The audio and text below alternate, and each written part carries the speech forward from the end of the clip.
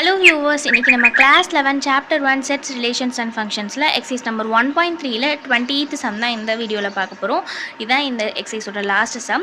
First question என்னன்னு பார்க்கலாம். A simple cipher takes a number and codes it using the function f of x equal to 3x minus 4. Find the inverse of this function, determine whether the inverse is also a function and verify the symmetrical property about the line y equal to x by drawing lines. அதாவது சைபர் அப்படிங்கிறது ஒரு கோடு. அதாவது நம்ம வந்து சீக்ரெட்டாக ஏதாவது ஒரு message சொல்ல வரோம் அப்படின்னா அதை சைஃபர் அப்படின்னு சொல்லுவாங்க.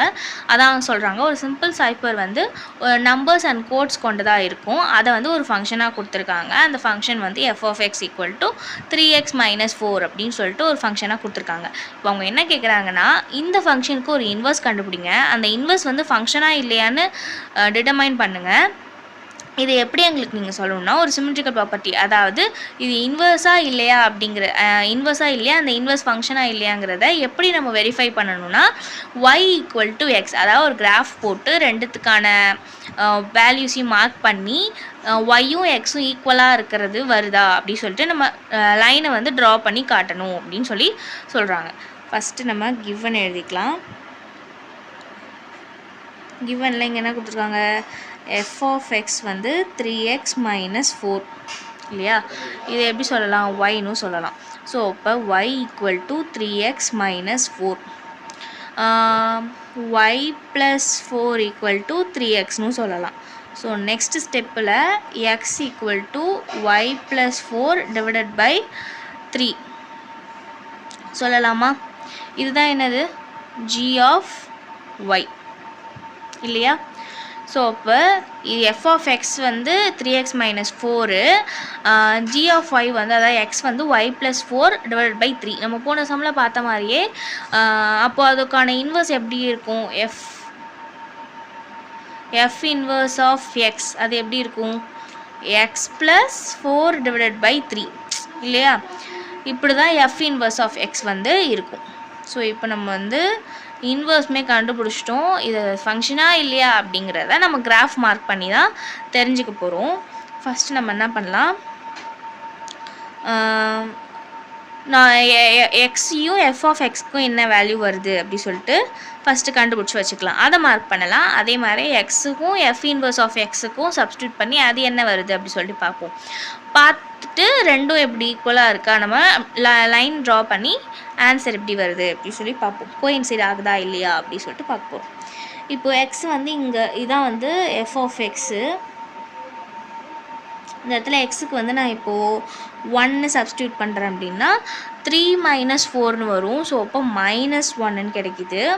சரி, அப்போது 0 சப்ஸ்டியூட் பண்ணும்போது எனக்கு மைனஸ் 4 கிடைக்கும்.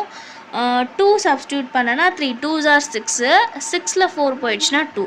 ஸோ இப்போ 2 சப்ஸ்டியூட் பண்ணால் 2வே கிடைக்கிது. 3 சப்ஸ்டியூட் பண்ணான்னு பார்த்தா 3s are 9, 9 மைனஸ் 4 5. ஸோ இப்போ 3ன்னு சப்ஸ்டியூட் பண்ணால் 5 கிடைக்கிது. ஸோ இப்போது இது வந்து எக்ஸும் எஃப் ஆஃப் எக்ஸும் வச்சு கண்டுபிடிச்ச வேல்யூஸ். இப்போ அதே மாதிரி x f inverse of x, அங்கே வந்து நான் என்ன பண்ணுறேன், எக்ஸுக்கு வந்து எங்கே இந்த இடத்துல எக்ஸுக்கு வந்து மைனஸ் 1 சப்ஸ்டியூட் பண்ணுறேன்னு வச்சுப்போம்.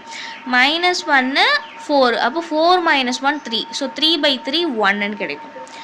நெக்ஸ்ட் வந்து நான் 2 சப்ஸ்டியூட் பண்ணுறேன். 4 + 2 6, அப்போ 3ஆல் கேன்சல் பண்ணால் 2. ஸோ இப்போ 2ன்னு சப்ஸ்டியூட் பண்ணால் 2வே கிடைக்கிது. நெக்ஸ்ட்டு நான் என்ன பண்ணுறேன், 5 சப்ஸ்டியூட் பண்ணுறேன் எக்ஸுக்கு. 5 சப்ஸ்டியூட் பண்ணும்போது 5 + 4 என்னது 9. ஸோ இப்போ 9 வரும்போது 3ஆல் கேன்சல் பண்ணால் 3ன்னு வரும். ஸோ இப்போது இது போதும், நம்மளுக்கு இப்போயே தெரிஞ்சிச்சு. இங்கேயும் 2க்கு 2 வருது, இங்கேயும் 2க்கு 2 வருது. ஸோ கண்டிப்பாக இன்டர்செக்ட் ஆகும். ஸோ அதனால் போதும்னு நான் விட்டுக்கிறேன். இப்போ இது ரெண்டுத்தையும் நம்ம வந்து கிராஃப் ட்ரா பண்ணி சப்ஸ்டியூட் பண்ண போகிறோம். இப்போ நான் வந்து கிராஃப் வந்து ட்ரா பண்ணிக்கிட்டேன். இப்போ நம்ம மார்க் பண்ணலாம். ஃபஸ்ட்டு நான் இந்த பாயிண்ட்ஸ் வந்து மார்க் பண்ண போகிறேன். 1க்கு -1, 1க்கு -1, நெக்ஸ்ட்டு 0க்கு -4, -4, நெக்ஸ்ட்டு 2க்கு 2, நெக்ஸ்ட்டு 3க்கு 5, இப்போ இது வந்து ஒரு லைன் மாதிரி ட்ரா பண்ணிக்கலாம். இப்போ நம்ம வந்து லைன் ட்ரா பண்ணியாச்சு, ஒரு ஸ்ட்ரெயிட் லைனாக வந்திருக்கு. நெக்ஸ்ட்டு நம்ம இதுக்கு மார்க் பண்ணி பார்ப்போம். -1க்கு 1, ஸோ இப்போ இங்கே வரும். அண்ட் தென் 2க்கு 2, ஸோ இது 5க்கு 3. இதையும் நம்ம வந்து லைன் ட்ரா பண்ணிக்கலாம். ஸோ இப்போ இதுவும் வந்து ஒரு ஸ்லாண்டான ஒரு லைனாக வந்திருக்கு. இப்போ வந்து அவங்க என்ன சொல்கிறாங்க, சிமெட்ரிக்கல் ப்ராப்பர்ட்டி படி y = x by drawing lines. y = x, அதாவது ஒய்யும் எக்ஸும் ஈக்குவலாக இருக்கிறது 2,2 மட்டும்தான். ஸோ அதுக்கு நேராக இப்படி ஒரு லைன் நம்ம ட்ரா பண்ணி காட்ட போகிறோம். ஸோ இப்போ அவங்க சொன்ன மாதிரியே நம்ம ட்ரா பண்ணிட்டோம்.